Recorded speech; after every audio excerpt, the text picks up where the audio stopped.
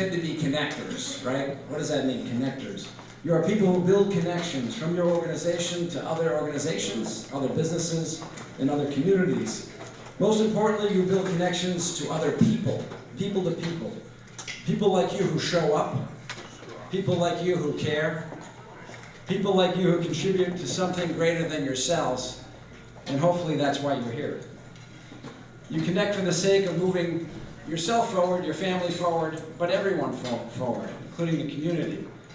These connections you make regularly, and the connections you make today, they weave a fabric of community that strengthens businesses and organizations, and also strengthens our collective Metro South regional economy.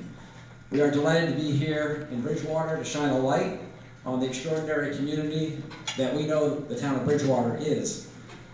As you can see, we have a full house today. I want to thank the many businesses and organizations that purchased a table of 8. And I know you're thinking, well, when I showed up, there were 10 seats at my table. And why is that? It's because people wanted to be here today. We had way more people than we thought we would get. And we're delighted that that is the case. It's a pleasure to know just how many people really wanted to be here and to learn more about Bridgewater's present and future. So many people, in fact, that we turned away 12 people who were put on a waiting list. Fortunately, we knew this room would be filled with community-minded connectors, and the opportunity to create more connections would be welcomed by the people who bought tables of 10. So thank you for being connectors, for making the room, and for your leadership in the community. Good afternoon, I'm Chris Cooney, President of Metro South Chamber of Commerce, and it is my pleasure to welcome you to a special Bridgewater-themed edition of Good Day Metro South. As many of you know, the Chamber holds these programs regularly. It is a terrific opportunity to come together, reconnect with others, and to learn from interesting leaders in a variety of fields. We have a very exciting lineup for today's program, which includes a presentation by the new Community and Economic Development Director, Bob Rulli. We are also very pleased to have a fantastic panel of industry and community leaders, which we will hear from later in the program. I would now like to acknowledge some chamber staff who are instrumental in pulling this program together. Please join me in a round of applause for Catherine Schofield and Emma Stratton in the back there. We do a lot with just a few staff, full-time staff at the Chamber. We are delighted with the work they do at the Chamber and thank them for their hard work on behalf of the business community. Sadly, Catherine has decided to pursue other interests, and this will be her last meeting, her last event. So we wish you the very best, Catherine, in your new and future endeavors. Some of you have already met Catherine's replacement, a recent honors graduate from the University of Massachusetts at Dartmouth, who majored in economics and also holds minor degrees in finance and Portuguese. Naldo Cardoza is a standout student. The dean of the economics department said he's in the top 1% of the students that she has instructed. He shows up, he cares, and he's smart, very, very smart. And we're happy to have him. Let's have a round of applause for Naldo.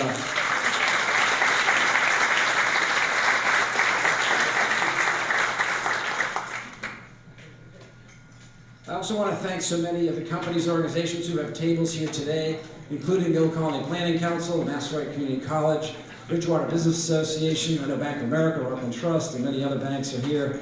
Several financial institutions who are well positioned to provide financing for the future development and growth of the town of Bridgewater. Please join me in a round of applause for all of them coming here today.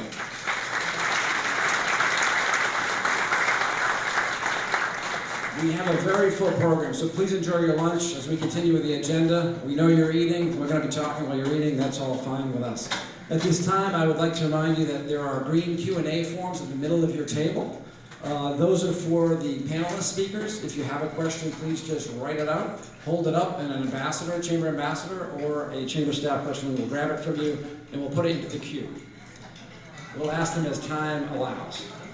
It is now my pleasure to introduce our MC for today. Please join me in welcoming the chairman of the Chamber's Board of Directors and president of Barber Corporation.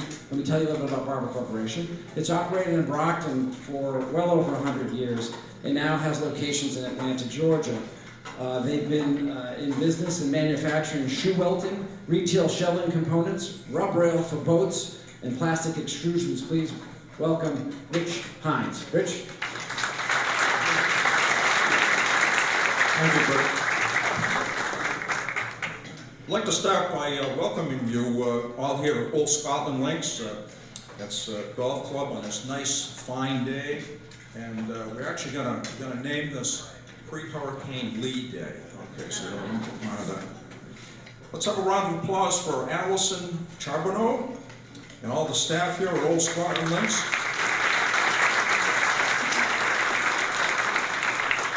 They put on a wonderful meal. And I also want to thank our Chamber ambassadors who helped greet you today. Mary Jane Aneen, Combined Insurance of America. Marielle Baker, HR Alternatives. Brenda Cairns, Old Colony Elder Services. Richard Hook, SCU Credit Union. Catherine Knight, Eastern Bank. Joanne Schneider, Eastern Bank. Felicita Sepulveda, Cape Verdean Association of Brockton. Also like to thank our Chamber board members that are in attendance today. Fred Clark, Bridgewater State University.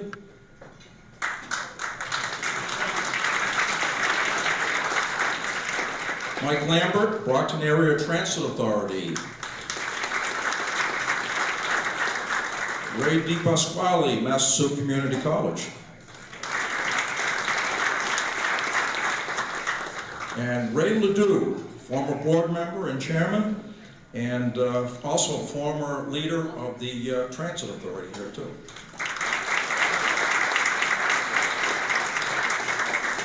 Finally, I'd like to thank elected, selected, and state officials for their attendance today. City of Brockton, Mayor Robert Sullivan. I don't see Robert here yet, but he'll be here, I'm sure. Troy Clarkson, City of Brockton CFO.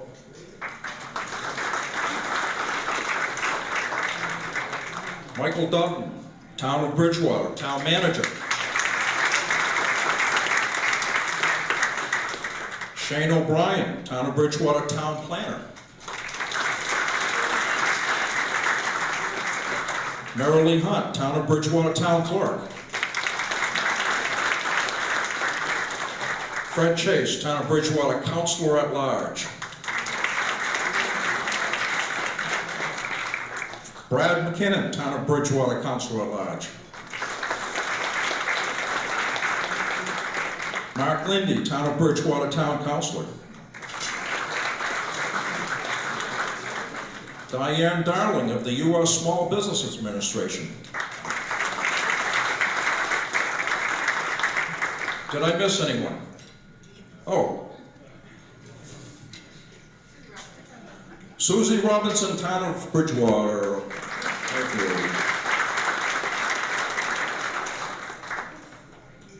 Today's Good Day Metro South program is sponsored by Rockland Trust.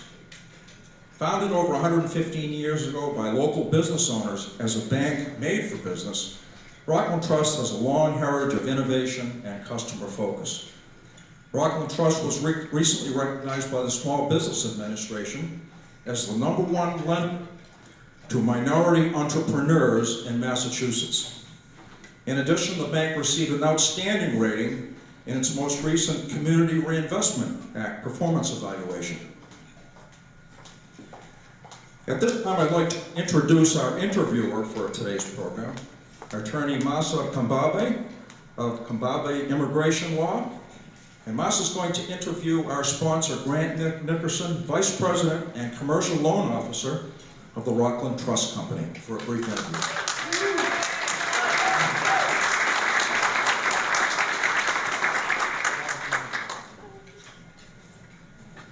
Good afternoon, Grant. Good afternoon, everyone. Thank you for joining us. And Grant, thank you for Rockland Trust sponsoring today's event. We really appreciate that. So for those here who are not familiar with Rockland Trust or you, we'd love to hear a little bit about both of you. Thank you, Masa, and thank you to the Metro South Chamber and Old Scotland Links for hosting us here today. I see a lot of familiar faces in the room, but some not so familiar. If you don't know me, my name is Grant Nickerson. I've been in banking almost 20 years, the last 7 of which have been in the commercial banking side out of Brockton. Brockton Trust, as Rich was kind enough to mention, was founded 115 years ago by business owners, much like those in the room here today.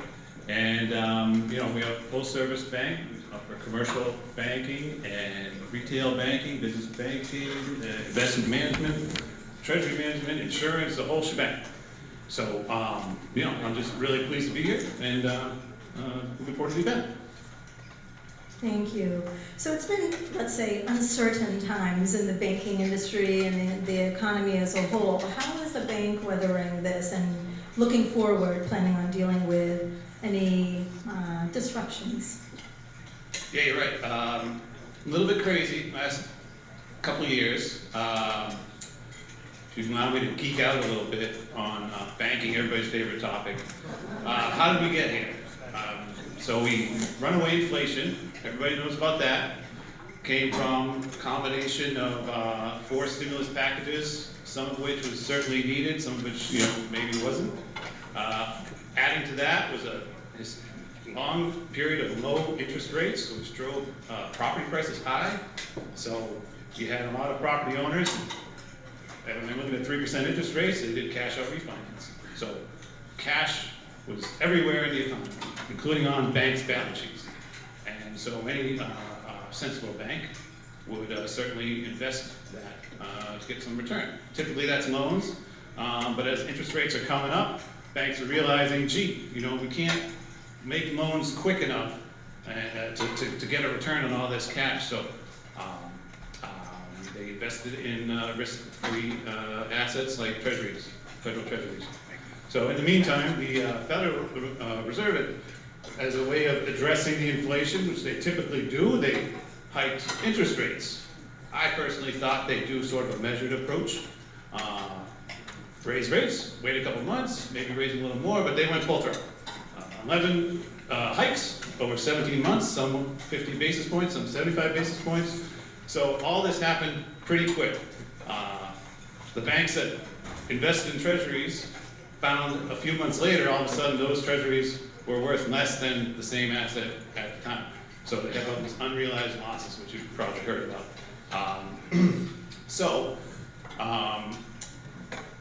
The concern there then would be what happens if the customer wants to take their cash out. If the bank can't provide the cash to the borrower that wants to make a withdrawal, they're not a real bank, and so it's just not sustainable. So with all these unrealized losses, some banks, notably Silicon Valley, had to liquidate some of those securities, recognize the losses, blew a whole hole in their balance sheet. And then, of course, Signature Bank, First Republic, those were all over the news, and a number of other banks were also teetering. So, it's trouble. And a bank like us, Brockton Trust, certainly we made some investments, but not to the extent many others did. So we're still making loans. And one good example, I would say, well, actually, let me back up. What are we making loans for? Less so are we making investment real estate loans. Because even when rates were at 3%, an 80% loan on a property just couldn't sustain the cash flow because the market rents weren't there. So nowadays, at 7%, there's even less opportunity for those type of loans. So we're seeing operating companies, commercial, industrial businesses still have financing needs. We're seeing wholesalers, retailers, distributors, and so on that are taking out loans for equipment, working capital, even business acquisitions. One quick example of what we like to do is one of my very best customers, I would say, wholesaler. And they were acquiring a competitor, and they did not need financing. They had the cash to buy the business. The seller was financing the real estate, but they still involved us from the beginning. We consulted with them. We analyzed cash flow leverage, pre and post acquisition, and most importantly, we helped them with evaluating the environmental risk that they were looking at. So with no bank in place, there's no one that's checking environmental. And excuse me. So We looked at their phase one, we identified the risks they need to be worried about, and help them address them in subsequent due diligence, and that's all without us ever making a loan. So it's sort of the thing that we strive for, is that type of relationship, where it's less of a cashier and more of a consultant. Thank you. Well, I know that many in the community appreciate that community approach. So you talked about rate interest hikes, about some bank closures, and so obviously people will be a little worried. What should businesses and people know, and how can they protect themselves? Well, everybody knows the FDIC insurance is there, and it covers up to $250,000 in deposits. And on personal accounts, there are ways to play around with ownership to increase that. Joint accounts, accounts held in trust for others. But businesses don't have that flexibility. So I recommend a belt and suspenders approach. So A, put your money with a safe and sound institution, much like Rockland Trust. That's your belt. B, we have a product which can, well, it's called ICS. And it's basically, we place increments of just under $250,000 with other banks that have the FDIC insurance coverage, of course. We send them around to different banks in our network. You're earning interest. It could be a regular checking, money market account. So we're putting a little less than $250 so that you can still earn interest on it and stay within the insurance coverage. And then you're getting one statement. You're getting one online access to all your funds. The funds are totally liquid. If you want to take them out, tell us before 2:30 p.m. that day. You get it same day. If not, next day. And it's just a good product, and helps you sleep at night. Thank you for assuring everyone here about Rockland Trust and your interest in meeting the community needs. We have a pen for you as an expression of our gratitude, so you can sign many checks to folks that want loans. Thank you very much.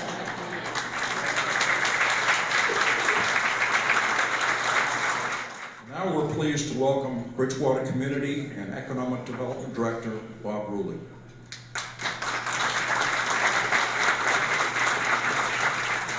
Bob joined the town of Bridgewater in January of 2023. His office is responsible for all land use related matters as well as community and economic development initiatives. He is the primary architect of the town's ambitious Revitalizing the Heart of Bridgewater Vision to Reality.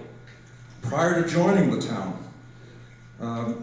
Bob initiated Market to Metacom Climate Resilience and Economic Development for Warren, Rhode Island, for which he was recognized by the Rhode Island chapter of the American Planning Association with an award of excellence.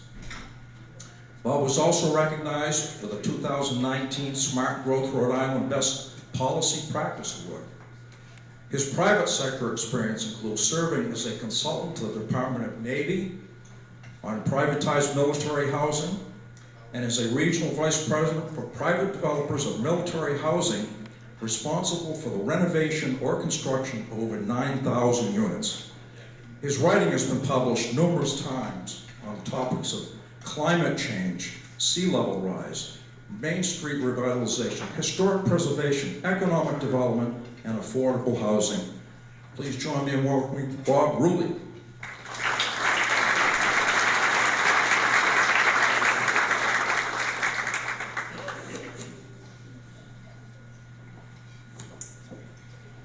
Technology is not my strong suit. So, thank you very much, Chris. Thank you, Catherine. Best of luck. If you're here for a typical government employee speech, you are in the wrong building, because that is not me. So, I like to say that Bridgewater's vision reality is, I don't think there's anything else like it in the country in terms of the holistic approach that we're taking, how comprehensive it is in terms of its scope. So these are all the elements of what vision reality is. And my experience in government, and I've been in the private sector as well, is that government tends to look in straight lines, and that's really not how we should be looking at it. There's an interconnection between everything that we do. I'm not going to talk about all of these elements today, I think that you'll see how they do come together, but there are some that I do want to talk about. Chris gave me an hour and 15 minutes and 300 slides, so I can see him grabbing his heart right now. I got it down to 1 hour, Chris, don't worry. So many of you are in business and you're familiar with what a SWOT analysis is. And when I've been doing this presentation to residents in different businesses in Bridgewater, we show them maps, we show them a lot of pretty pictures of what we're going to do. I don't think any of you wanted to see a lot. I have some at the end just because I want to tease you. But I mean, so what this presentation is how we have looked at putting vision and reality together and how we approach how we're going to make this a reality. And when I was recruited or to come to Bridgewater, and my first meetings with Kimberly Williams, our assistant town manager, Michael Dutton, the town manager, was that they were looking to create a model for government that wasn't the typical model of government. And my approach has always been that government is a business and we should think like a business. So being a contrarian and knowing that I could come someplace and break some eggs, I was on board. So the way we're looking at this is, again, we're going to identify the strengths, the weaknesses, the opportunities, and the threats. So what are the strengths? Strengths are that we have a supportive town council and town administration. I've been here for 9 months and 6 days. We moved this ball pretty far in a short period of time. Town council in May adopted a resolution supporting what vision and reality is. There's been a lot of great planning that's happened over the last 15 years. Unfortunately, there was no implementation or execution. So in planning, we like to say there's paralysis by analysis. We're not doing that anymore. We're not doing any more planning. We're not doing any more studies. And then obviously, we are fortunate that we have Bridgewater State University. They're not going out of business. They're not an automobile plant that's going on strike. They're not moving offshore. It's a great asset for us to have, and we're going to build on that. But this is just an example of some of the past planning that's been done. And I know the university is in the final stages of updating their strategic plan, which they do on a 5-year basis. We like being partners with the university. So we like to say we're a town with a university and a university with a town. What are the weaknesses? And this is not unique to Bridgewater. I mean, many towns in New England, particularly in the Commonwealth, have outdated zoning. So we don't allow for certain things. We have ridiculous parking requirements. We don't really encourage mixed use. As a result, we've seen a real lack of investment in our central business district, and we have a real lack of mixed income housing. I don't like the term affordable housing because, and you'll see why in a minute, because most people don't understand what it is. People use workforce housing. I like to use mixed income housing. And we lack a lot of that in our central district. So I just want to touch on housing for a second because, as I said, people don't understand what affordable housing is. These are HUD's definitions and standards, not mine. So you're considered moderate income if you make less than between 81 and 95% of area median income, which in Bridgewater is almost $114,000. So if you're an individual making $79,000 or a household of 2 making $92,000, you're considered moderate income. You're considered low income if you're $63,784, 72, almost 73 if you're a household of 2. That's considered low income. So affordable housing programs start at 80% of area median income.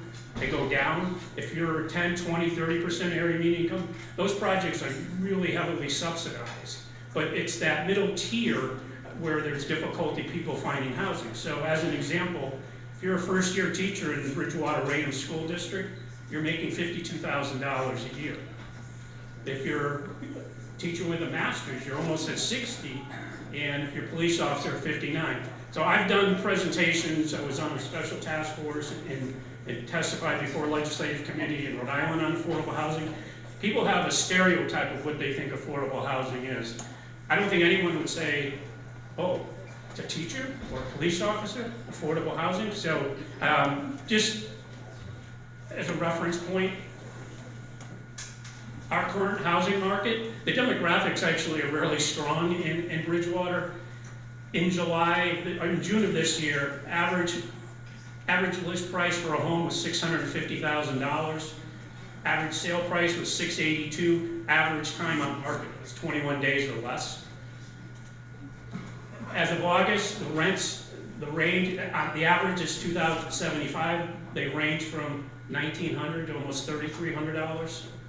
We don't have, as I said earlier, a lot of housing available to young professionals. And we hear this from the university. They have a difficult time sometimes attracting professional staff because they can't find housing in this area. And then we don't really have a lot of housing opportunities for people 55 and older that are active, that want to age in place. The opportunity to have more of that housing and free up single-family homes for families is something we're very much interested in. The most effective tool, and I talk about this a lot, is that people think, if you throw money at housing, you're going to solve the problem. The most effective tool that a municipality has to address the housing issue is through zoning, hands down. And why more don't do it? I don't know, but one of the things that we've been encouraging and one of the things we're doing is changing our zoning. So what are the opportunities? We are an MBTA community. We're revising our zoning. We're adopting something called a form-based code and the Bridgewater State University cybersecurity program, which I'll talk about some more. So as an MBTA community, by December of 2024, on paper at least, our zoning has to allow for 1,400 units of new housing within a half-mile radius of the MBTA platform. Currently, the platform is in the far reaches of the university's campus. We've initiated, thanks to Michael Lambert and Ray Ledoux, conversations with the MBTA to relocate that platform back to the Spring Street lot. As we redo our zoning, we're anticipating all that. The platform would be moved and the radius would be close to that. Because we have to be in compliance by 2024, makes it a lot easier for us to make the argument why we need to change our zoning. Transit-oriented development is something that we want to capitalize on. That's something that's talked about in the MBTA legislation, but that's not rail specific.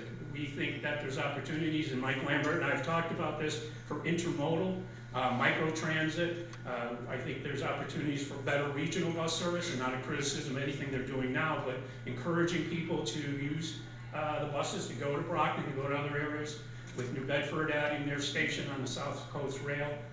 Opportunities for people to come to Boston and come to Bridgewater. So we're excited about what those possibilities are. Form-based code, I'm not going to read through this. This is your homework assignment, Google it. It's fascinating. But one of the things that we're doing with this is we're creating more density. And for some people in the community, the D word is a bad word. They don't understand what it is. But we just heard about interest rates going up. When we increase density for a property owner, we've created value. So this gives the town an opportunity to be at the table with a subsidy, if you would, in creating that value by allowing them to build more and do more than they could previously. Whether that's the number of stories, the floor area ratio, giving them a relief on dimensional relief, and then mixing uses. The value of a valuable tool. Now we get to the good part. The cyber program at Bridgewater is, I identify that to be our biotech, our biomed. That is our niche, not just for Bridgewater, but for the region. Zero unemployment in that field since 2016, unprecedented. Starting salaries on average, almost $103,000 coming out of school. Bachelor's degree, we're walking into a job making $103,000 a year. Job growth estimated for the next 7 years, 33%. It doesn't get better than that. It really doesn't. And that program is going to do so much for the area. Again, not just Bridgewater, but the whole region. And kudos to Fred and his staff for being out front with that program. So now I get to be a little bit geeky. This is Keynesian theory. We all know that, right? Good. So it's a multiplier effect. That program is going to increase student enrollment. It's going to create opportunities for postgraduate. It's going to promote mixed-use development. We think that there's opportunities for businesses that want to be part of that program, that we can create incubator space for private sector to work with faculty. look to how we can monetize that, and then also we're going to see business expansion. So this is, the Keynesian theory is it's the multiplier effect.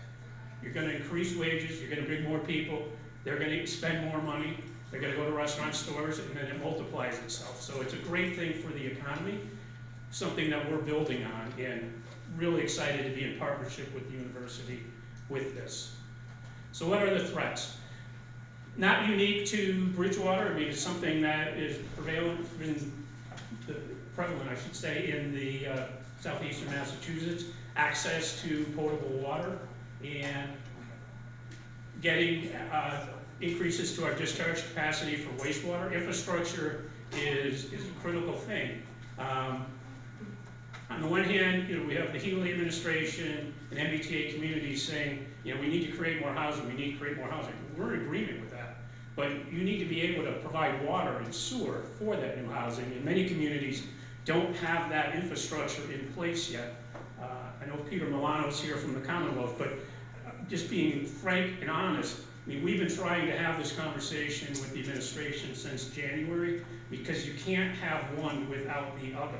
And infrastructure capacity is often overlooked when people talk about housing, and it shouldn't be, because it's just not going to happen without it.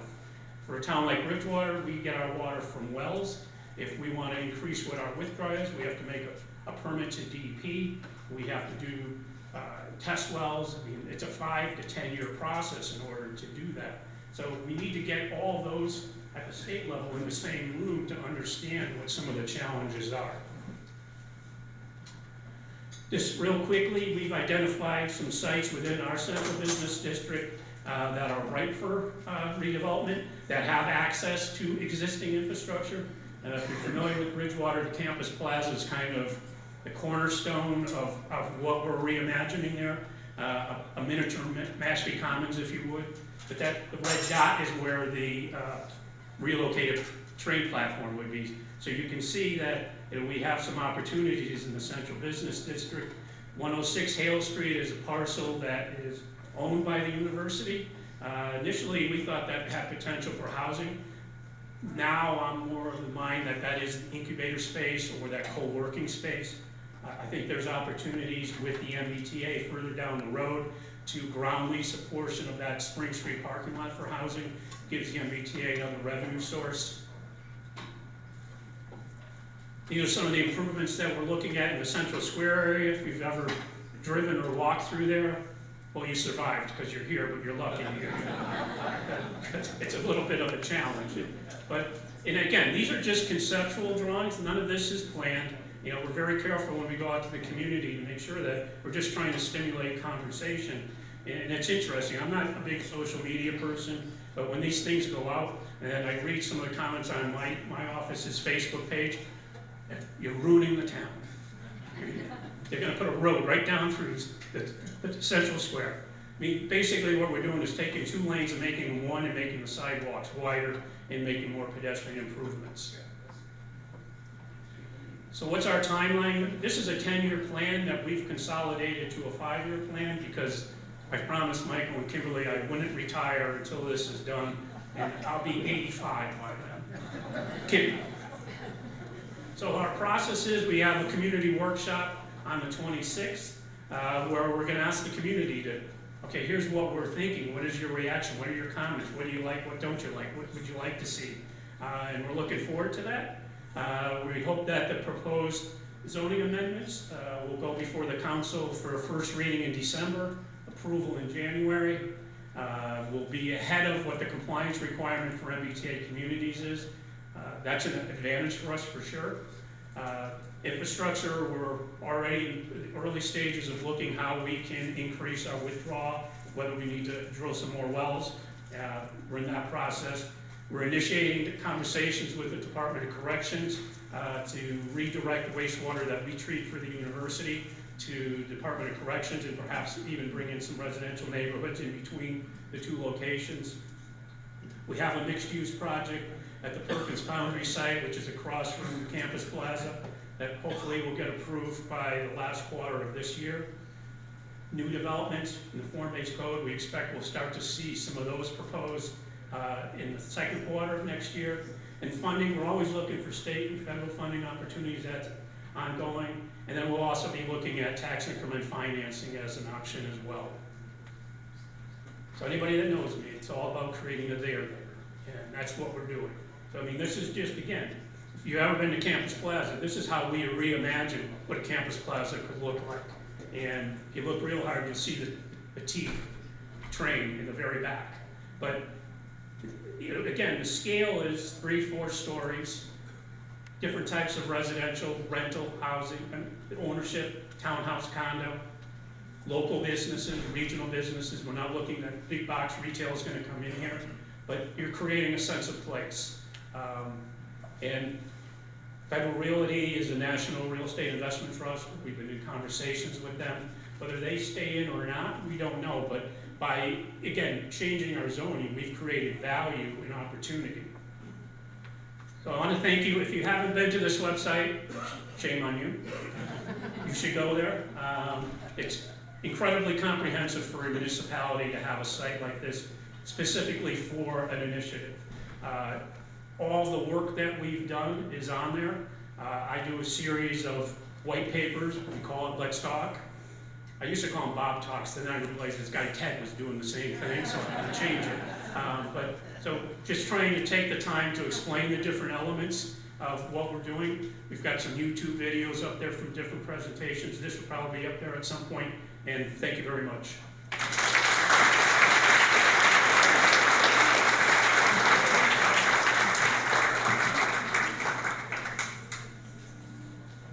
Bob, as a small token of our appreciation, I'd like to present you with this pen, and it really worked, a good pen.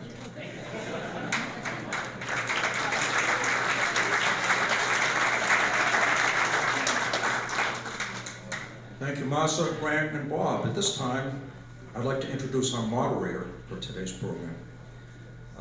And today's program is a business panel. So I'd like to introduce past board chair and president of Bridgewater State University, Fred Clark.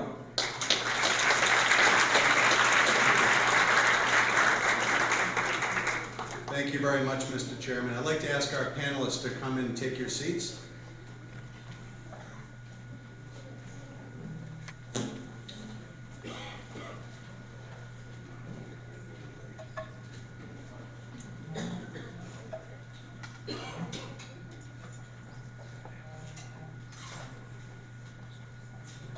All right, well, it's a pleasure to be with all of you here in Bridgewater, or as we at BSU call it, Bear Country. You know, there's a lot of wind coming your way today, and I'm not talking just about today's panel.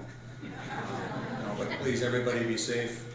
And we really have an amazing, truly outstanding set of panelists, and in the interest of time, we're not going to go through every single item of each person's bio, but on your tables we have their short circuit biography, and I encourage you to just take a look. We really have an amazing set of panelists.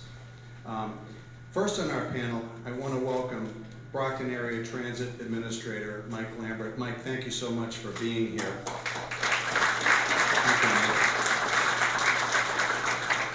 Next, we have the Mayor of the City of Brockton, Bob Sullivan. Mr. Mayor, thank you for joining us.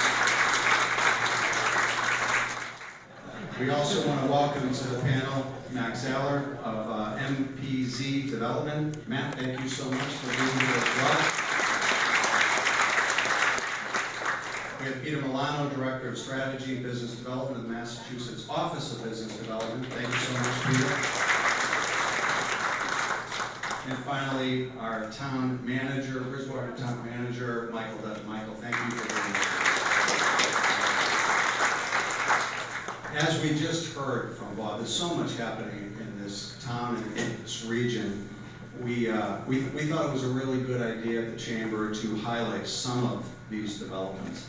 So I'm going to start with you, Mike, and I'm hoping for, everybody's got about 8 minutes each, and I won't cut off your mic because there's only one mic. But try to stay within that if you can. There's a lot going on with transit funding, the regional priorities related to transit, your efforts at BAT. You know, we're hoping to get some insight on timing and impact, capacity for the new commuter rail that's coming, what impact that'll have on you, and anything else you might want to offer up to the group, Mike. Thank you, President Clark. I just want to mention I'm joined today by my CFO, Linda Zacchetti, and my grants and capital manager, Glenn Geiler. So thank you for them for coming. So yeah, I'm going to address 3 different topics today. One is just a general comment on the state of transit funding and operations across the Commonwealth. Second is an update on South Coast Rail as its launch date approaches. And third is just an overview of the transit opportunities available in the town of Bridgewater itself.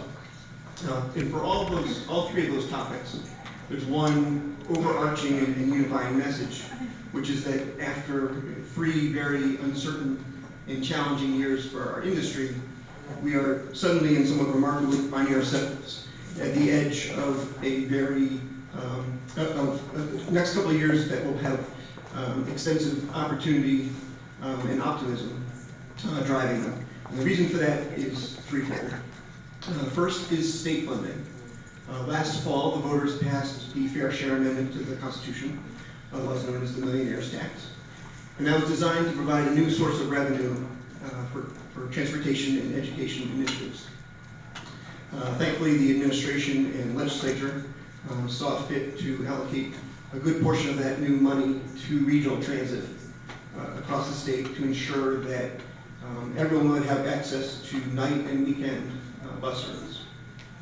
Now, thankfully, here in Brockton, we're one of the few transit authorities to already have night and weekend service. So that will allow us to make some more strategic investments in service, which will be left up to our board. So our board chairman, Mayor Sullivan, speak to that after I go. The second thing I want to talk about is indication of things improving out in our community. And for that, we look to ridership. While transit is a great industry because it produces so much data, which help us make decisions and manage our operations, no single metric is important as ridership. Counting the number of people that we can get safely around town on a given day. We lost 80% of our ridership at the height of the pandemic. And that was obviously devastating both for our communities and for our service. But slowly but surely, we have recovered since then. Every month recently, we've been setting a new post-quarantine record, and we're now only 15% down from our 2019 numbers. So that's obviously, this is a sense of encouragement, and then when we start adding in service, we should be able to close that gap even further. And then our third important contribution is of course federal funding.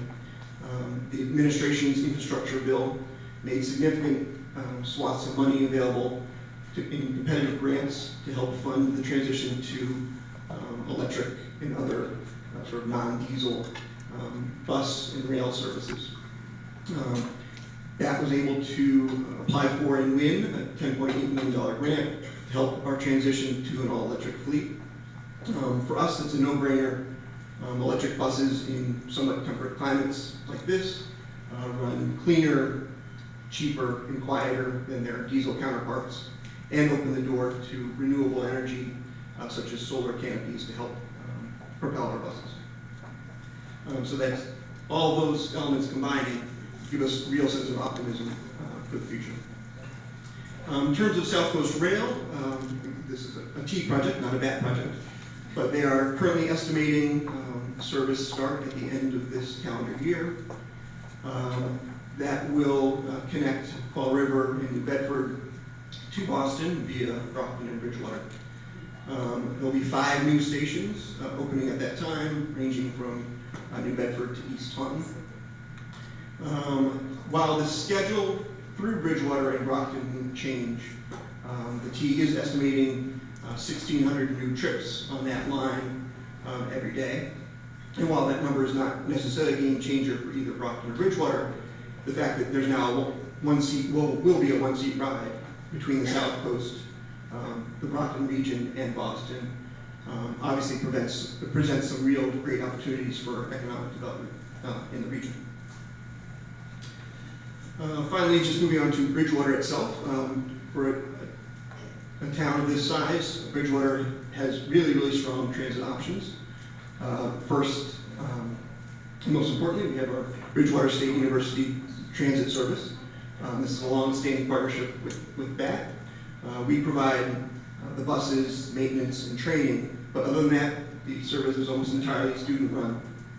Service runs from 7 a.m. till midnight every day. Last year, they provided 100,000 trips. And in terms of this conversation, one of the important services they provide is a route that connects Brockton and Bridgewater directly, that's open to the public, runs 4 round trips a day. We're hoping to get that up to 6. But that has proven to be very popular with both students and staff. Second is my service that provides for seniors and disabled, and those are trips that customers can schedule to connect between Bridgewater and any of the surrounding towns, including Brockton. And then finally, service provided by the town itself. The Council on Aging, Emily Williams is here. And the council provides traditional Council on Aging service, which is 4 days a week, trips within Bridgewater, but is also piloting a new microtransit service, which is, imagine sort of Uber and Lyft, but subsidized as a public transit service. And so that will provide on-demand, app-based service for customers. So stay tuned for more information on that, and feel free to talk to Emily. And that sort of, it brings us full circle, that technology allows us now to try and offer more flexible service to make up that missing 15% that probably are lost to work from home schedules or other job demographic changes. It allows us to focus on maybe subsidizing Uber and Lyft to address the needs of second and third shift workers that we haven't been able to previously. That is piloting its own microtransit service in the town of Brockton. And so we're hoping to combine the new resources available from both the state and federal government, and of course our member communities, with advances in technology to try and provide more flexible, targeted service across our region, thereby helping support our economy and improve our environment, and of course help improve people's quality of life. So with that, I will turn it over to our, turn it back to the president. Thank you very much, Mike. Thank you very much. By the way, it's not easy to drive a bus. Ray Ledoux had a bus rodeo at Bridgewater State. I drove a bus, and I thought the score was based on how many orange cones you knocked over. I was very misinformed. But Mr. Mayor, thank you so much for joining us. We know that there's tremendous momentum building in the city of Brockton. We want you to talk about that momentum. Brockton really is a center for regional gravity, and what happens in Brockton matters to all of us in this region. And perhaps you can talk a little bit about the potential for regional collaboration as well. Mr. Mayor. Well, thank you. Governor Romney, I want to thank you for what you did for the Commonwealth of Massachusetts. So my name is Bob Sullivan, and I'm so proud to be here today. I want to thank Chris Cooney and his team at the Chamber. I want to thank President Clark and Fred's team at Bridgewater State University. I want to thank all of you. When I became mayor, it was 6 weeks before COVID. And my whole mantra was, we're better together. We have to work together. We have to have the eyes on the prize. We're going to get through this pandemic. We're going to have, unfortunately, a lot of sadness and tragedy. And in Brockton, we lost almost 600 people. But one thing that I did was I reached out to the town managers, and Mike was one of the first ones that jumped on, and we did regional calls. You know, what's working well in Bridgewater? What's working well in Stoughton? What's working well in Situate? And what's working well in Brockton? Because at the end of the day, we're all in this together. So I happen to be the mayor of the City of Champions, which is the only city in Plymouth County. But at the end of the day, what we have to do is work together, right? Strategic partnerships, try to figure out how we can leverage and stack things that are working well in one municipality, because the overflow will reap benefits to neighboring communities. That's just a fact. So in Brockton, I'm fortunate to have 3 commuter stops, right? We have Campello, Montello, and downtown. So Todd, which is what Bob was talking about, transit-oriented development, has been truly a catalyst for investment in the city of Brockton. And I think what's important to take away from that is that you have to build upon relationships. Case in point, yesterday, I don't know Secretary of Economics, Yvonne Howe, but I invited her to Brockton yesterday. We did a walking tour. I wanted to show her Brockton. I wanted to show her not what you see on the news, but really on the ground. You know, what's there? What are we doing well? What aren't we doing well? What can we work to enhance? Because the economic triple effect is that what is good for Brockton is truly good for Bridgewater. A lot of our kids that live in the city of Brockton go to school at Bridgewater State University. And when I was a little boy, my dad would take us on field trips to Bridgewater. He'd throw us on an old town and country, you know, the old station wagon, because my dad did not have $300 to go to Stone Hill College, but he had $100 to go to Bridgewater State. And so he is a proud bear, and he would take us there. And I, honest to God, thought it was like going to New Hampshire or Maine, you know? It really, really was. And I can tell you that what I just saw is something on the screen is about vision. But it's also about stealing ideas from other municipalities.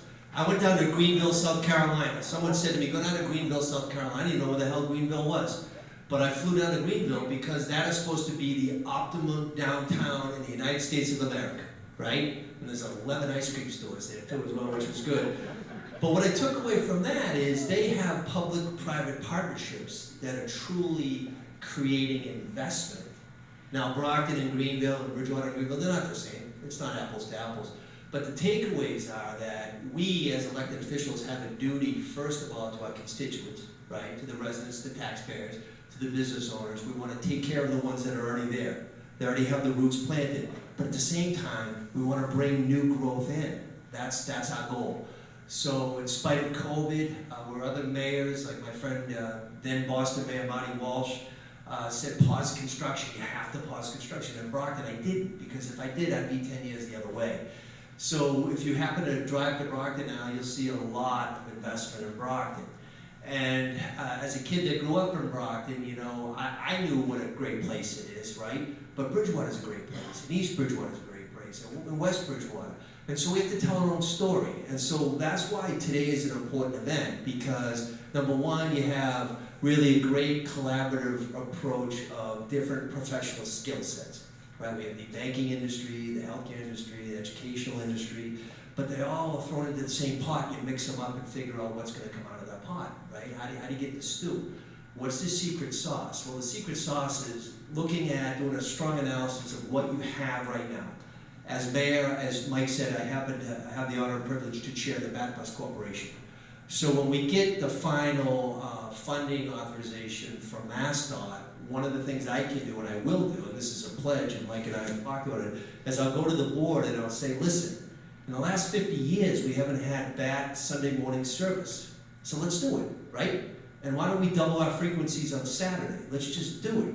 Because if we can provide the amenities to help people, number one, it's going to attract people that, you know, maybe know what Bridgewater is, right?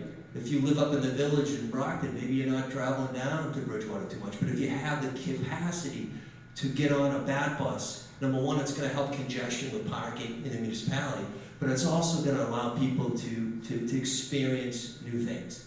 And I think one thing that I can say, and President Clark mentioned it, is we have great partners in Washington, D.C. It doesn't matter if you're Democrat, Republican, Independent, it doesn't matter. But if you go down there and you rattle the cages and you really be persistent as an advocate for your community, you can reap really great financial benefits for your city or town. And I know this firsthand because I happen to know Congressman Lynch. He's an awesome person, right? Growing up in South, he could have been just as easy as growing up in Brockton. But I go down every April to see the big three, as I call them. And it's not Parrish, McHale, and Byrd, right? It's Markey, Warren, and Lynch in my district. And 2 years ago, I went down and I said, listen, with all due respect, do you have additional money? And they said, well, you know, CARES Act and APRA. I said, no. Additional money. They used to call them earmarks. You really can't use that taboo word anymore. And they said, well, what are you talking about, Mayor? And I said, well, there's a pool in Brockton on the east side called the Cosgrove Pool. Okay, and if you're familiar with Brockton, it's on the east side near the fire station. It was named after the first Brockton soldier killed in World War II. And I used to lifeguard there in the 80s and all that stuff. But that's the beach for a lot of Brocktonians. They don't have the ability to go to Cape Cod. They don't go over to the bridge. And so they said, well, what are you thinking about, Mayor? And I said, well, I need millions and millions of dollars to rehab that, repurpose that, reimagine that, make it splash park, make it family friendly. And you know what Lynch and Markey said to me is they learned how to swim in a municipal pool.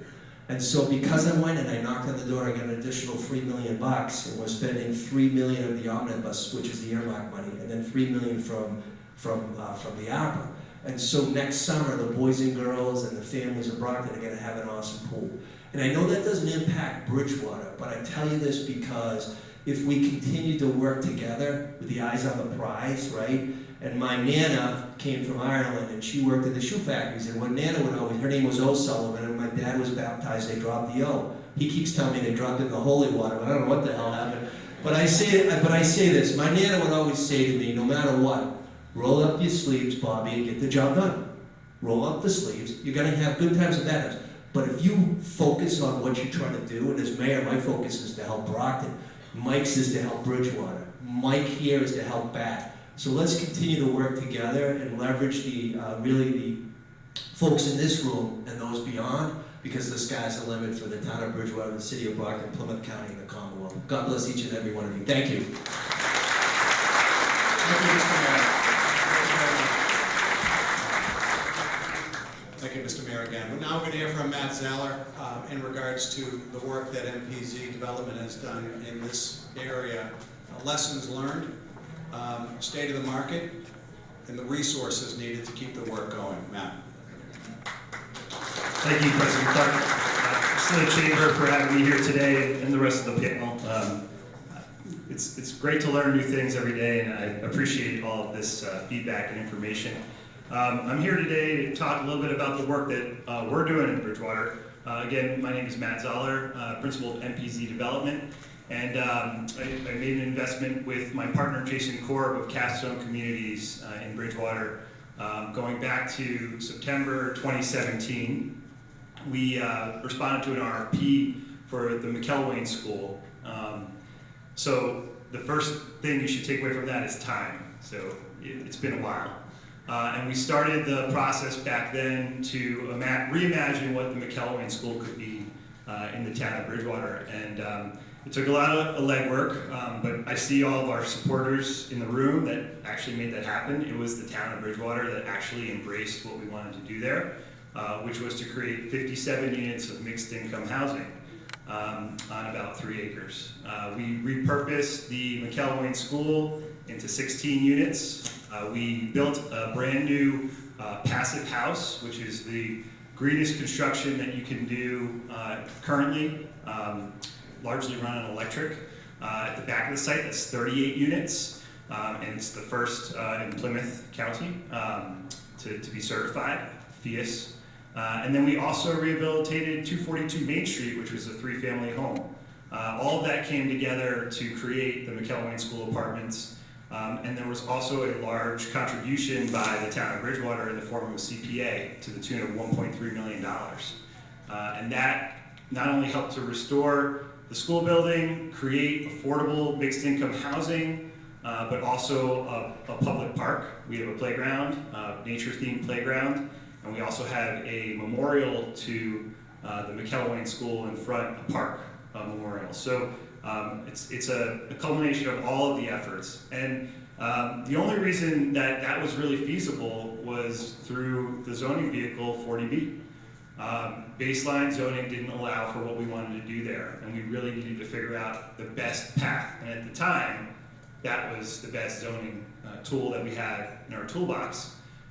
It was also about finding the resources to build a $29 million redevelopment. Housing isn't cheap, and so we worked hard with the community and the state and the federal government to subsidize the construction of the McElwain School Apartments. And that took about 3 years to pull it all together, and working with the town. Again, the first stop was the Community Preservation Committee for that infusion of resources to show everybody the town of Bridgewater's commitment to what we wanted to do there. We opened earlier this year. We actually have a ribbon cutting on Tuesday of next week. All are welcome, 11 a.m. And we'd love to show off the investment that we made in Bridgewater as a public-private partnership. And we couldn't have done it without the collaboration of the town and all of the people that had gone to the McKelvey School. I mean, stories that we hear about, growing up in Bridgewater and going to that school are so many, and we really embrace that, and we channel it, and we made the school better because of that connection. But also because there's a need for mixed income housing, as Bob described in his presentation, and it takes a lot of efforts to make that happen. So when I'm supposed to speak a little bit about the demand for housing in Bridgewater. Bob pretty much covered that. I mean, there's an endless demand. You look at, we had a wait list of 450 people for our development. 57 families were lucky enough to become residents there. Vacancy rates are very, very low in Bridgewater. Access at Lakeshore is 99% occupied. So just to give you a sense of it, there's a need for housing, an endless, insatiable appetite for it. But it takes a lot of effort to pull it all together. And because we had 40B as our vehicle to do that project, we were able to build the 57 units, get the density that we needed. But without a zoning tool like 40B or what Bob's proposing for the town, you're left nowhere. So it is creating value. There's also other things that you need, and those are resources. Construction is expensive. It's more expensive now than it's ever been. In the 20 years that I've been doing this, I haven't seen construction pricing ever come down. And that's because it's expensive, to do these types of things. But we made it work. We found the resources, we put in the time, and here we sit in 2023 with a completed, beautiful project that the community embraced, and through a process that we went through with the help of all involved. So I think an effort like the one being discussed today really kind of shines a light on what it takes to make these things happen. And we've been fortunate for the partnership with the town, and we continue to look forward to keeping on doing that. So thanks. Thank you very much, Matt. Thank you. That's remarkable interest in the development. So we have a brand new team in the State House, and they're doing a listening tour. They're setting priorities, and Peter Milano will talk to us about the state perspective on priority setting, resources, and how to access all of that in the next 5 minutes. Thank you, Mr. President. Get us back on time-wise. I'm done. So I want to thank the team from the Chamber for all the work that they did. It was really helpful, and truly want to thank Chris for putting me right behind the mayor of my favorite city in Plymouth County. It's always great to speak after someone as, shall we say, colorful as Mayor Sullivan. People tend to fall asleep after that, but great, enthusiastic, collaborative speech. And quite frankly, my team was part of those collaborative calls, and we really appreciated the intel that we got. Mary Waldron, I would be remiss if I didn't say hello to Mary. She's on our board. Very helpful. I'm obviously, without mentioning Bridgewater State University as great partners, but we also have one of my team members in the house, Alexandra Husted, who is now going to be stepping in to cover this region to assist us. We were fortunate to get a new hire. That's everything that has been said here is a very common theme. Governor Haley, Lieutenant Governor Driscoll, and my boss, Secretary Yvonne Howe, who Mayor Sullivan recently met with, have come in, and we know that we have a mission now to set a priority economic development-wise for the next 4 years. The team that has come in is energetic. They're willing to do things differently than what has been done. It's not, hey, that's how we've always done it, so we're going to do that. I think that's probably not going to be the case moving forward. We've been on I wouldn't call it a listening tour, but we've toured the state to meet with stakeholders. We actually did a session right here in Bridgewater. And many of the themes that we heard were very common. Massachusetts is at a true inflection point right now. There's an extraordinary competition for the talent that institutions like Bridgewater State University are spinning out, and there's a lot of states and countries now that are coming after some of the industries that we've built. Life sciences, so at one point it was IT, and now we're very strong leaders in green tech, clean tech, and climate mitigation, things of the like, similar to what we just heard in the great presentation from the town. Manager Dutton, I want to compliment you on this table right here. They're very enthusiastic and enjoy what they do, and it's obvious, and that helps for sure. So we have assets in the state. We know that we have more students per capita than any other state, and that is attractive for sure. Some of the programs that you're seeing are new, and it's incumbent upon us to make sure that they stay here. Housing's an issue. We know that. Housing is absolutely a concern.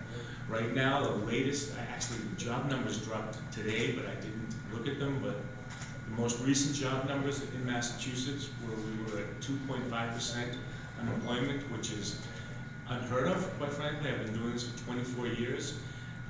The lowest we ever got, we matched last month at 2.8%. So the numbers are good if you're an employer. I'm sorry, as an employee, but employers that have a more challenging time, and we need to think outside of the box. We have, what me and my team do, I work for the Massachusetts Office of Business Development. We're an executive branch agency, and we work with companies, with business partners, and with municipalities to try to assist.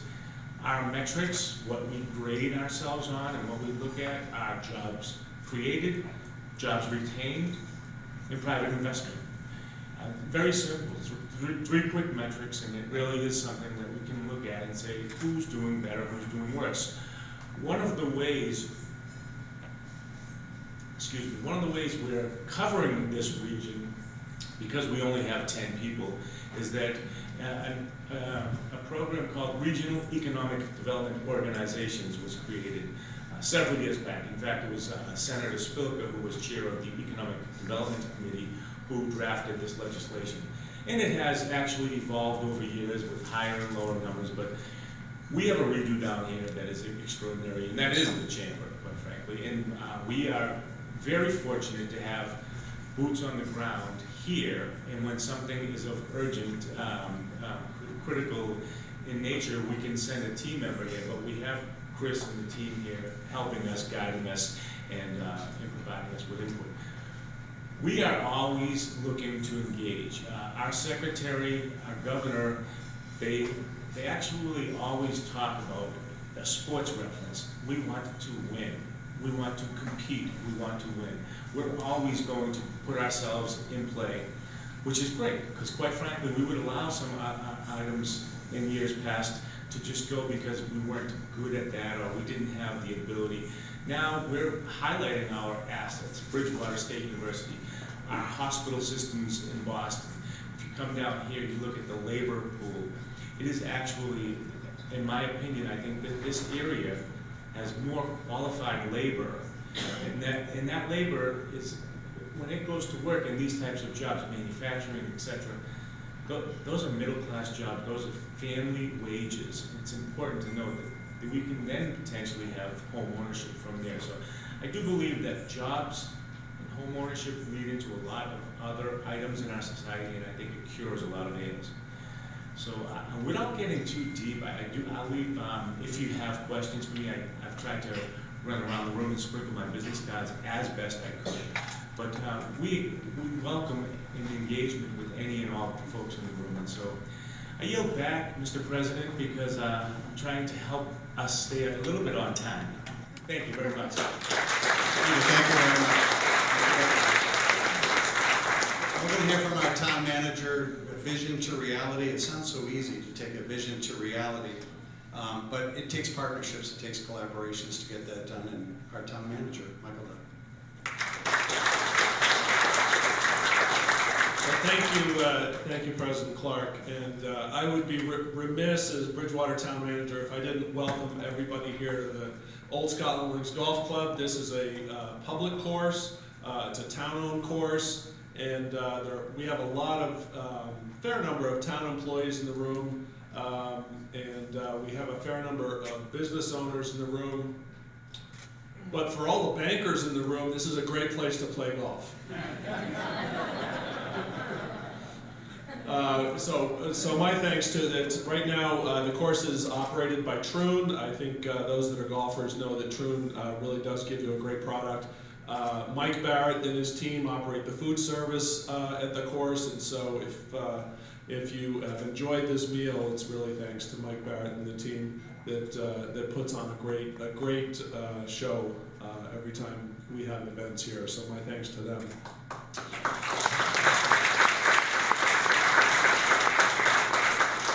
So the great thing about going last, as Peter alluded to, is that you can say, well, they all said everything I was going to say, so thanks very much. But I never do that. So let me I felt what I should do is kind of flesh out a little bit what Bob had talked about. Vision to reality is the name that we have given the execution phase after years and years of doing the planning work. And why exactly now is it time to execute this vision to reality? Well, I think there are several factors here. A lot of it is, well, really two major umbrellas I'll talk about is one, aligning the stars. So when we talked about vision to reality before we had even named it, we talked about, what needs to fall into place for us to be able to execute this plan.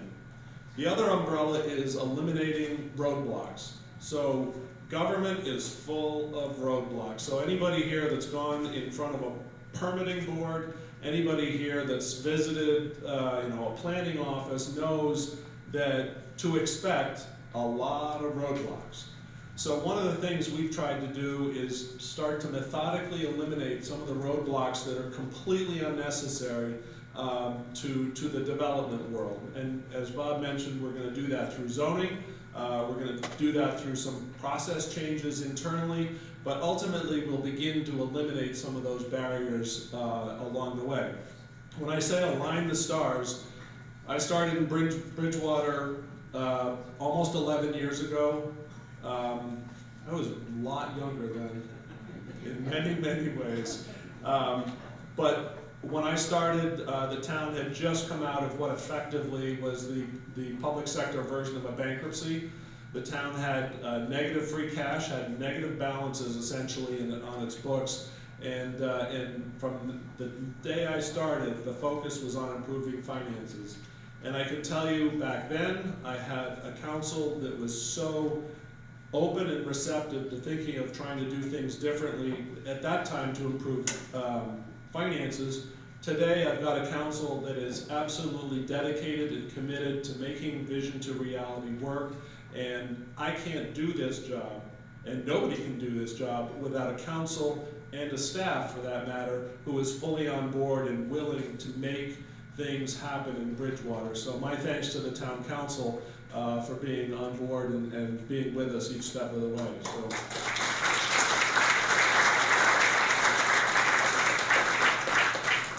So fixing the town finances, making sure that we had the political support was a piece of aligning those stars. And quite frankly, Mayor talked about it a little bit, but post-COVID, we had some, and I think everybody's recognized that there are two things that came out of COVID. One was just sort of a renewed sense of energy. Two was a lot of just crazy people coming in and out of town hall. So we'll take the good. We'll take that post-COVID energy and put it to work. And quite honestly, some of the COVID, our mayor talked about ARPA and CARES funding. That is a huge benefit to towns like us. We made the decision very early on, we're not going to rely on CARES money or ARPA money to do things that would cause us to have financial difficulties later. We're going to make sure that we do things with that money that's going to be long-term effect, a positive long-term effect on the town of Bridgewater and hopefully the region. So essentially, vision to reality takes all of the things that we've aligned the stars, starting to eliminate barriers. Vision to reality takes all the planning that we've done over the last probably 10 to 15 years and says, okay, we know where we need to go, we've got the plans that tell us where we want to go, and now it's time to execute those plans and get it done. I think we also, in this period of time, have a great opportunity to create local, state, and federal bridges. I think a lot of times people forget what government is for. Government is not there to tell you no every time you want to do something. Government is there to figure out how to get you to yes. And if there's a way to get to yes, we'll get you to yes, but a lot of times government is perceived as being, the roadblock.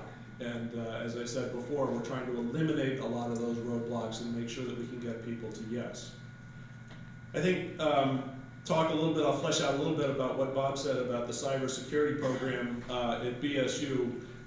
Vinny DiMacedo came to me probably a couple of years ago, and he said, hey, we're thinking of doing this cyber program. And I said, well, what's cyber? And so after he explained it to me, so it's sort of like the blind leading the blind. Vinny, if he were here, would tell you he's not a technology guy. I'm not a technology guy either, so we were a little bit of the blind leading the blind. But as we went on, we realized that this is a critical opportunity in a business that is woefully short of qualified employees. The unemployment rate on Bob's slide, and I'll mention it again because I really want to drive it home. The unemployment rate in the cybersecurity field is zero. Zero. So we say we have full employment in this country when we have 4% unemployment. The unemployment rate in the cyber field is zero. I don't know what that, beyond full employment. So we very quickly decided that this Bridgewater State University is going to be on the cutting edge of cyber education, cybersecurity education.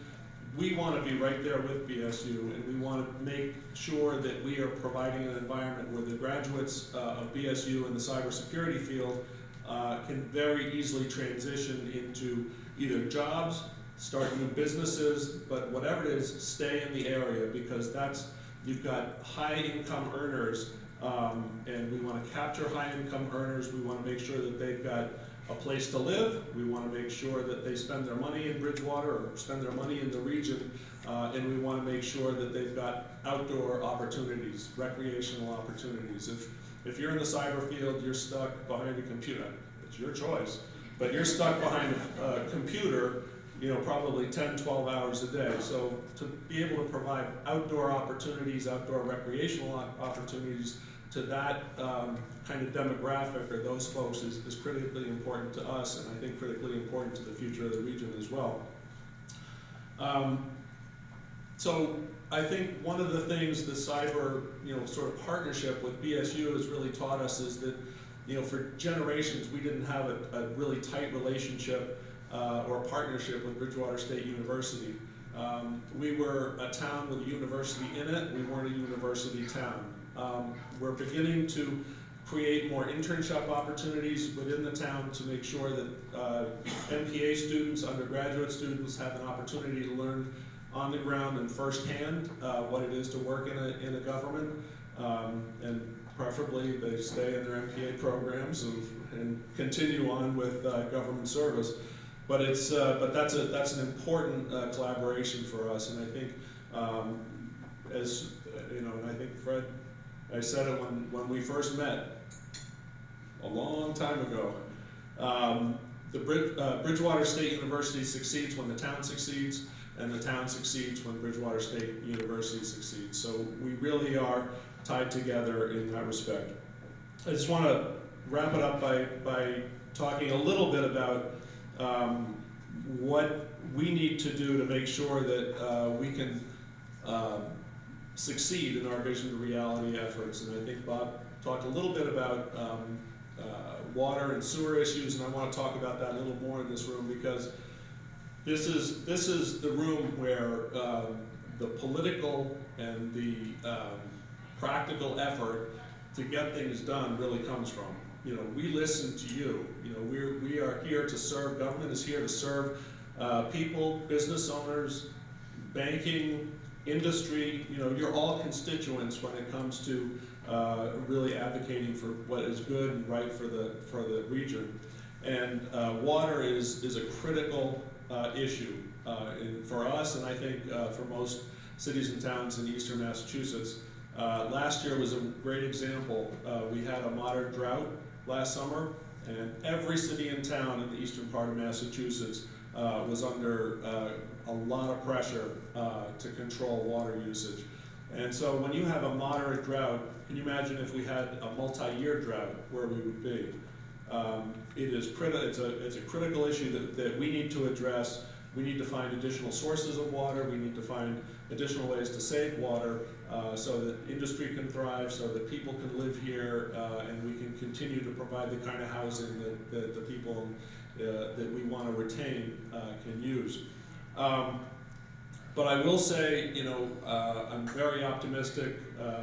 Mary Waldron and OCPC has initiated a water study, and I think that is sort of the first piece of a regional approach to how water works. If you think about it, we have the four corners of Bridgewater, there's the four corners of Brockton. The water is flowing underneath. It doesn't respect our borders at all, which is kind of something I'll have to talk to somebody about. But water really is a regional resource, and I think we have to start thinking about water as a regional resource, same as we have to start talking about how wastewater, how we approach wastewater has got to be a regional discussion as well. And I'm not saying that that all of overnight we're going to change our entire approach and centuries of practice. But I do think it's a discussion that we need to initiate on how to do things on a more regional basis, because it helps us, helps Brockton, helps all the towns around us, and ultimately it helps the people that we provide services to. So my thanks to Mary and OCPC for really getting some grant funding and initiating that beginning, and we look forward to that. But I think so. I've hit some of the major points of vision to reality, and I'm very excited. I haven't been this excited since my son was born, and he's 24 years old. But I will with that, and I do thank the other panelists for shedding light on what how we can do things on a more regional basis. But I will turn it back to President Clark.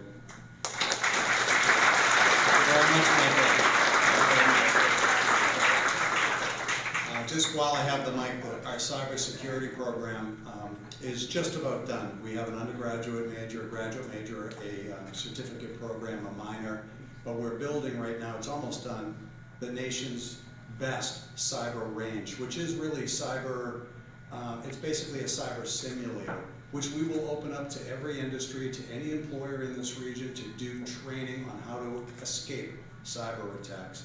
We had the #2 person from the White House up here for a cybersecurity forum. That person said Massachusetts will be at the vanguard of cyber preparedness, and Bridgewater will be at the vanguard of Massachusetts. Just one last thing, we were rated at Bridgewater State as one of the state's best colleges or universities last week. We're very proud of that.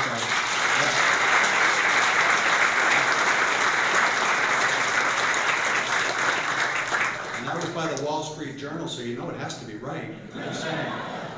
We were ahead of Tufts, and I'm telling everybody that. Tufts is not very happy, but... All right, we have just time for 2 quick questions.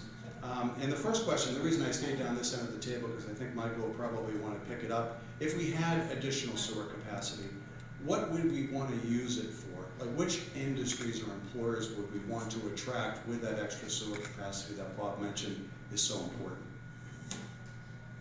That's a great question, and I think I could, water and sewer, not that they're interchangeable, but water and sewer are sort of the same issue.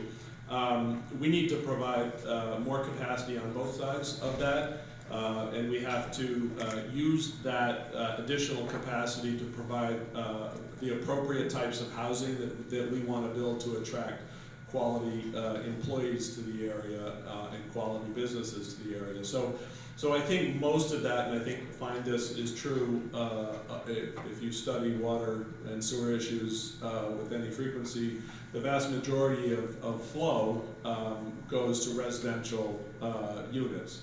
And certainly we're looking, as Fred mentioned, we're looking at cybersecurity, kind of hopping on the cybersecurity bandwagon as our biotech.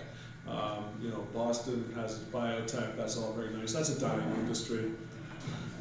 So we're looking at cybersecurity and others. I don't want to say we're not looking at other opportunities, but I think drawing clean energy businesses into the region is critically important. We're a sensitive area environmentally, and so if we can draw clean businesses, clean energy businesses to this part of Massachusetts, that a lot of that flow will end up going to obviously those businesses, but to support the housing needs that those businesses will give us.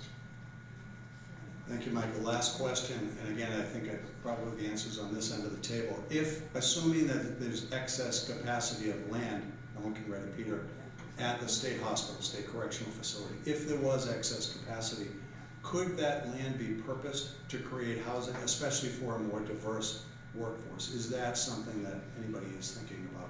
Question from the audience. That is actually happening at several former state hospitals and some other parcels of land. I think one is right down in Taunton, and there's maybe Belchertown and something in my mind, in Northampton, but those are areas that are using state land to, and DCAM, who surpluses land for the state, has taken an initiative to pre-permit some of their properties to accommodate multi-unit housing. So I think it's a great idea. It's absolutely in play. Everything's in play. We're about 200,000 units short of what we need to continue our growth. And that's a big number. That's a big number. So, you hear about Bob's number, about the MBTA communities and what can be built. And those numbers are based on what is needed to not just maintain, but potentially grow our headcount or our population. Peter, thank you very much. On behalf of the Chamber, we want to give each of you a little token. I want you to imagine that we're giving you a gold-plated pen. Now, you have to imagine it's gold-plated because it's not. So thank you very much for all of our panelists for everything you've done. Thank you.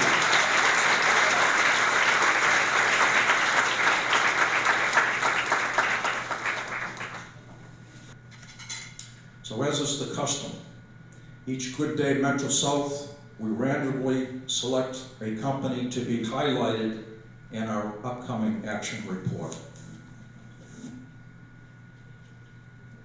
And the winner is Helen Byrne, YMCA.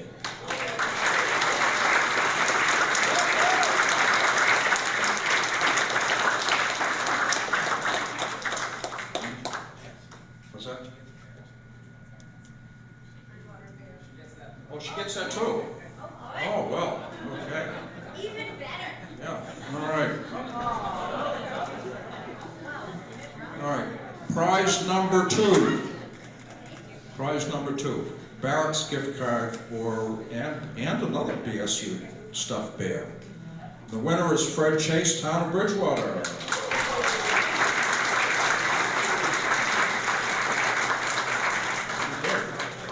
Number three, Barrett's gift card and another bear. And the winner is Dan Lemerieux, the Simply Sold Realty.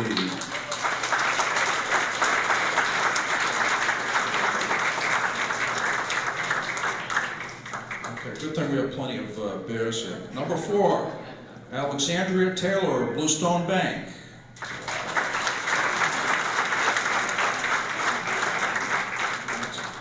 The next bear goes to Laurie Muncie, Only Planning Council.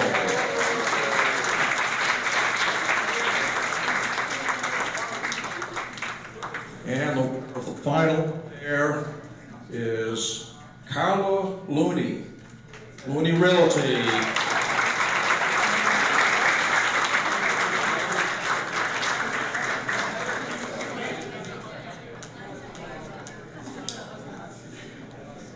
this time I'd like to thank a few people that made this program possible.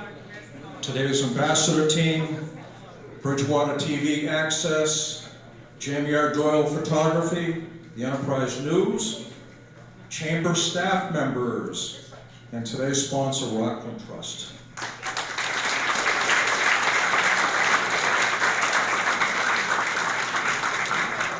And thank you to our speakers. Finally, Grant Nickerson, Rockland Trust, Kambambe Immigration Law, Bob Rulli, Town of Bridgewater, Fred Clark, Bridgewater State University, Mike Lambert, Brockton Area Transit Authority, Mayor Robert Sullivan, City of Brockton,